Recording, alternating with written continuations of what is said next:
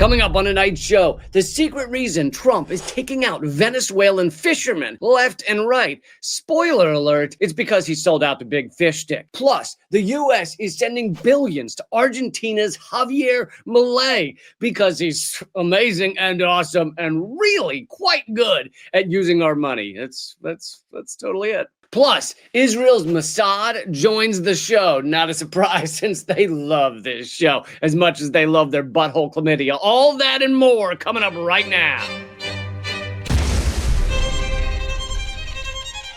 Welcome to Unredacted Tonight. I'm the most censored comedian in the semi-United States, Lee Camp. As you know, Donald Trump is helping to stop the narco-terrorism off the coast of Venezuela. The U.S. has acknowledged killing dozens of Venezuelan drug runners in these horrible drug boats. Thank you, America. If Trump hadn't exploded those drugs, I would have gladly and dangerously snorted them. And don't shed a tear for these evil Venezuelans because, well, they're Venezuelan. It's disgusting. Oh, wait. The U.S. released the two survivors of one military strike on a suspected drug vessel in the Caribbean to their home countries of Ecuador and Colombia. Ecuador and Colombia? Not Venezuela? I'm no expert when it comes to the geometry, but those sound like different countries. Well, whatever. All the others we've killed were evil Venezuelan drug superlords who hang out next to those drug-free school zone signs and try to shoot up your kids with fentanyl. They don't even care about the signs. Believe that shit? Chad Joseph and Rishi Samaru from the fishing village of Las Cuevas in northern Trinidad are thought to be among 6 people killed in a U.S. airstrike on a boat. Or they were Trinidadian fishermen from a small fishing village.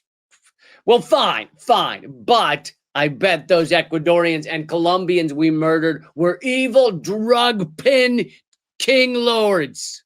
Ecuador has released the survivors, saying there was no evidence of a connection to drugs. No connection? He didn't even have like a Dora the Explorer vitamin up his butt or something? Well, fine. Maybe they weren't drug kingpins, but give me a second. Overfishing is a serious problem in our oceans. I'm fed up with it. Nearly 80% of the world's fisheries are already fully exploited, overexploited, depleted, or in a state of collapse. So, I am all for capital punishment for fishermen. Bomb the shit out of them, okay? Nuke them, shoot them from the skies, send F-35 fighter jets after them. We all know Trump is an environmentalist, and thank God we finally have a president with the gonads to blow up young men trying to catch some fish for their families. Trump himself gave that very explanation for why he's wanted war with Venezuela for a long time. How about we're buying oil from Venezuela? When I left, Venezuela was ready to collapse. We would have taken it over. We would have gotten all that oil. It would have been right next door. Or maybe we're doing it for the oil. But that can't be true. Venezuela doesn't even have oil. How much does it have? Gary, you got something on that? Throw it on the screen. Here we go. Venezuela has the largest oil reserves on Earth. On Earth? They probably mean the other Earth, not this one. Well, like I just said, Venezuela has tons of oil, which is why we're dismembering their fishermen to stop the drugs from getting in the way of the oil that we don't at all want. I mean, it's obvious when you just lay it out like that. Or maybe Trump misspoke, okay? He's got a lot on his mind. Sometimes it happens. This has nothing to do with oil, and no other representative of the U.S. government has ever said anything about Venezuela's oil. We're in conversation with major American companies now that are either in Venezuela or, in the case of Citgo, here in the United States. I think we're trying to get to the same end result here. You know, Venezuela is one of the three countries I call the troika of tyranny. It'll make a big difference to the United States economically if we could have American oil companies really invest in and produce the oil capabilities in Venezuela. Except for John Bolton, who at that time of saying that was Trump's national security advisor. But there's no one else who has said anything about oil. One of the reasons that we have, I guess twice now, given a license to Chevron and a number of service companies is precisely to make it easier for them to help in the recovery of oil production after the regime is replaced. Except for Elliot Abrams, who at that time was serving as Trump's special representative for Venezuela. But look, they were all just kidding around. It has nothing to do with oil or the petrodollar, which we're technically not even allowed to say on television or on videos or on... What's that? Yeah, I know. I didn't say it. I said I didn't. I said I wasn't going to say it. No, I'm not saying petrodollar. What do you mean I did it again? I said I'm not saying it. Jesus. Anyway, this large-scale war escalation against a small Latin American country that doesn't do shit to us is clearly, as I said, about protecting fish. In fact, the U.S. and particularly the Trump administration have a long history of trying to stop overfishing. Here's another example. This is Secretary of State Rex Tillerson speaking during the first Trump administration. They have had over 100 North Korean fishing boats that have drifted into Japanese waters. 2/3 of the people on those boats have died. They weren't trying to escape. And the ones that didn't die, they wanted to go back home, so they sent them back to North Korea.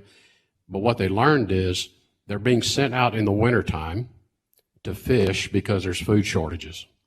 And they're being sent out to fish with inadequate fuel to get back. So we're getting a lot of evidence that these sanctions are really starting to hurt. Yes, we were murdering poor, starving North Korean fishermen in order to protect the planet. Gotta protect those fish. As everyone knows, Trump is a staunch vegan. Yes, he goes to McDonald's every day, but he only eats the napkins. It couldn't be any more clear that Trump's recent bombings and his admission that he authorized the CIA to go nuts in Venezuela are all part of an effort to care for our ocean life. He has no interest in harming Venezuela's sovereignty or freedom, and Trump's allies like Lindsey Graham could tell you that as well. I had a chat with you this weekend, and I thought you had a pretty darn good idea, and you said you were going to share it with the president. I want to know if you did, and that is this opposition leader in Venezuela that won the Nobel Prize that said it really deserved to go to Donald Trump. Sounds like a pretty good leader to me for the people of Venezuela and the end of narco-terrorism and a better relationship with the U.S. Or if they choose maybe the 51st state, I don't know. Sounds good to me. Or maybe we'll coup Venezuela and put in that Nobel Peace Prize winner as the president and then make it the 51st state. We could do that too. Of course, that won't stop Trump from going to war with it because last I checked, he's at war with at least 7 to 10 U.S. states and at least 3 U.S. presidents. But one thing you can't deny is that Nobel Peace Prize winner is a wonderful lady.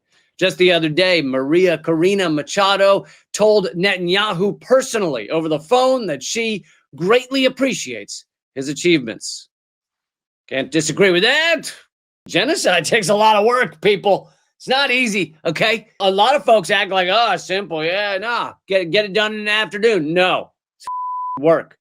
And Machado knows that because she's hoping to do it to Venezuelans. Unfortunately, the Nobel Peace Prize judges, they don't have an army or nothing. They really need one. They need some force there. Nobody fears them like they should. We move now to the vibrant and bubbling country of Argentina. My God, are they doing great? You'll recall that a couple of years ago, an exuberant and wildly attractive leader came to power, Javier Milei. I mean, wow. Look at that.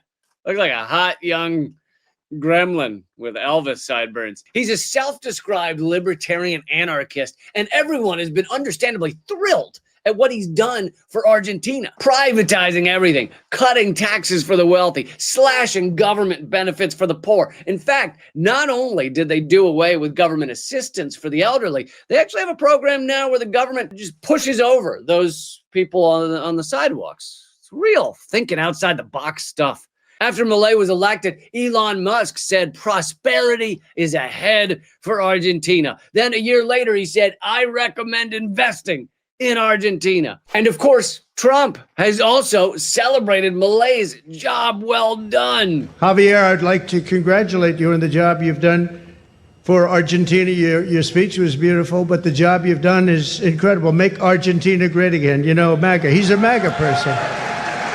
There you have it, folks. Harsh austerity and privatizing everything in your country works. It's doing great. The debate is over. Argentina proved it. Oh, okay. We have one more clip of Trump. This is from just a few days ago. Question is, what do you have to say to U.S. farmers who feel that the deal is benefiting Argentina more than it is them, as they are Argentina's fighting for its life, young lady. You don't know anything about it. They're fighting for their life. Nothing's benefiting Argentina. They're fighting for their life. You understand what that means? They have no money. They have no anything. They're fighting so hard to survive. If I can help them survive in a free world, I happen to like the president of Argentina. I think he's trying to do the best he can. But don't make it sound like they're doing great. They are dying. All right? They're dying. Or they're dying. Yay! Free market capitalism. Well, that's Donald Trump. He's always lying, right? Let's hear what the New York Times says. In recent weeks, Mr. Milei found himself facing an economic meltdown so severe, investors began panic selling Argentina's currency, the peso, and ditching Argentine assets that it fueled panic over a possible default on the nation's enormous international loans and prompted Trump to throw Argentina a lifeline by offering a $20 billion bailout. Looks like sound economic policy. Milei's incredible free market makeover for Argentina has required a $20 billion gift from Trump just to keep them afloat. Man, the free market sure does love socialism, weirdly. Kind of like the bank bailout in 2008, the auto bailout, the 2020 COVID bailout of Wall Street. Sorry, that's not called a bailout. It was the Federal Reserve providing liquidity to the financial system. Totally different thing. So let me see if I have this right. Argentina is struggling because they have a lunatic president. We send them $20 billion. Venezuela is struggling thanks to our economic war on them, and we bomb their fishermen. Sounds fair and just. Well, okay, investors are struggling in Argentina, but maybe the regular folks, the real people, are doing fine. Back to the New York Times. Nearly a third of Argentines live in poverty, as cuts to subsidies for transportation, soup kitchens, and medications have made it harder to make ends meet. Soup kitchens? They thought they were going to fix their hundreds of billions of dollars of debt by getting rid of soup kitchens? How much did that save them? Like 75 cents? Wonder if they got the people who push over the seniors on the sidewalks to also knock over the pots of soup. That's called government efficiency right there. Well, at least this shitstorm in Argentina doesn't have any connection to the U.S.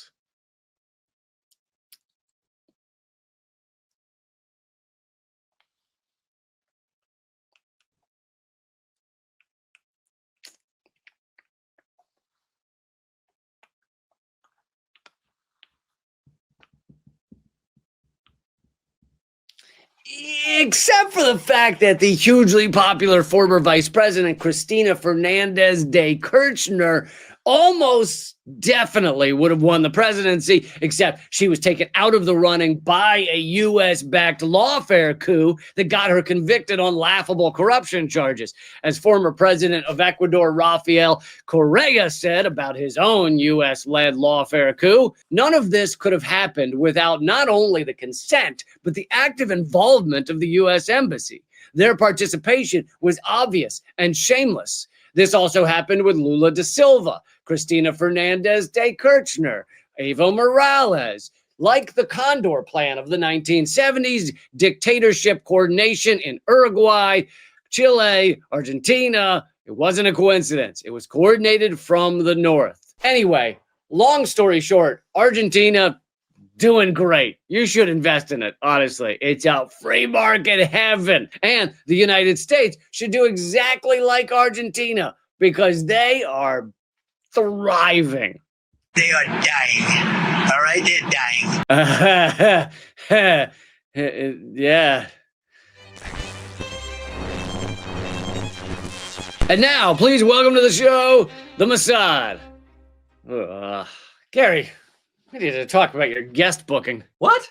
But before we get to that, some quick info, fun little tidbits about Israel and their ongoing genocide in Gaza. Sorry, it's not a genocide, it's a ceasefire. Following a genocide. I feel like that's a key component. Why is no one mentioning that? We all know that Israel has killed hundreds of thousands in Gaza. Even after they released over 1,700 Palestinian hostages that they were holding, they still have at least 9,000 hostages in their prisons, and they've completely and utterly destroyed the entirety of Gaza. Hell, even vacant-eyed horror movie doll-faced Jared Kushner will tell you that. You decide to go to Gaza. Mm-hmm. And what did you see? It looked almost like a nuclear bomb had been set off in that area. And then you see these people moving back. And I asked the IDF, where are they going? Like, I'm looking around, these are all ruins. And they said, well, they're going back to the areas where their destroyed home was, onto their plot, and they're going to pitch a tent. And it's very sad because you think to yourself, they really have nowhere else to go. See? Even that lunatic says it's a genocide. I mean, basically, isn't that what he's saying there? They really have nowhere else to go. Would you say now, having been there, that it was genocide? No. No. Oh, it's not a genocide. What exactly was it then? A renovation? Anyway, I bring this up because I would love for everyone to stop congratulating Trump for only committing 9 months of genocide. Why is everyone acting like this wasn't also the doing of the good old US of A? Am I saying the U.S. runs Israel? Maybe. Or perhaps it's Israel that runs the U.S. Here's retired U.S. Army Colonel and former Chief of Staff for Secretary of State Colin Powell, Lawrence Wilkerson. I watched Mossad take over the Pentagon. In 2002, the Pentagon was infiltrated by Mossad. They did not need any identification to get through the river entrance of the building. They went upstairs to Douglas Feith, the Undersecretary of Defense for Policy, the third most powerful man in the Defense Department. Occasionally, they went to the second most powerful man, Paul Wolfowitz, the Deputy Secretary of Defense, and they had run of the Pentagon. Donald Rumsfeld, the Secretary of Defense, said to my boss one time, hell, I don't run my building. Mossad does. Wow. Thanks, Lawrence. Kind of wish you would have told us this 25 years ago. But still, good enough. Thank you. So the Mossad seems to be running a lot of the show, and they've never been held accountable for anything. They committed one of the largest, most flagrant terror attacks in modern history. They blew up the pagers in thousands of people's pockets in Lebanon, and people in the West act like, it's fine. Yeah, they killed children, doctors, nurses, totally chill. Because Lebanon is where the terrorists are. So just go ahead and blow anyone up over there. Leslie Stahl on 60 Minutes did a glowing interview with Mossad about how awesome their terror attack was. And yes, this video is real. I know it sounds like AI, but that's because the Mossad guy used a fake voice because he doesn't want his mom to know he's a terrorist. She thinks he's a manager in an office supply store. Anyway, play the clip. How did you convince Hezbollah to buy this? Well, obviously, they didn't know that they were buying it from Israel. Who did they buy it from, or think they were buying it from? We have an incredible array of possibilities of creating foreign companies that have no way being traced back to Israel, shell companies over shell companies who affect the supply chain to our favor. But he's not done bragging about how sweet their murder cult is. It goes on to explain how we are all living in Mossad's world. We create a pretend world. We are a global production company. We write the screenplay. We're the directors. We're the producers. We're the main actors. The world is our stage. Okay, I feel much better. We're just living in a pretend world run by Israel's bloodthirsty assassins. Wonderful. If you'll excuse me, I'm going to go hug my kid now until he says, Dada, that's too tight. So as we see from CBS 60 Minutes, one way to defend Israel's genocide is to say, Mossad is amazeballs, doing great work. Let's now check out another way to defend Israel's ethnic cleansing. It's Bill Maher's new tactic of saying Israel's genocide doesn't matter because there are other genocides that matter more, specifically ones I made up. The fact that this issue has not gotten on people's radar. Right, no one's talking about it. It's pretty amazing. If you don't know what's going on in Nigeria, your media sources suck.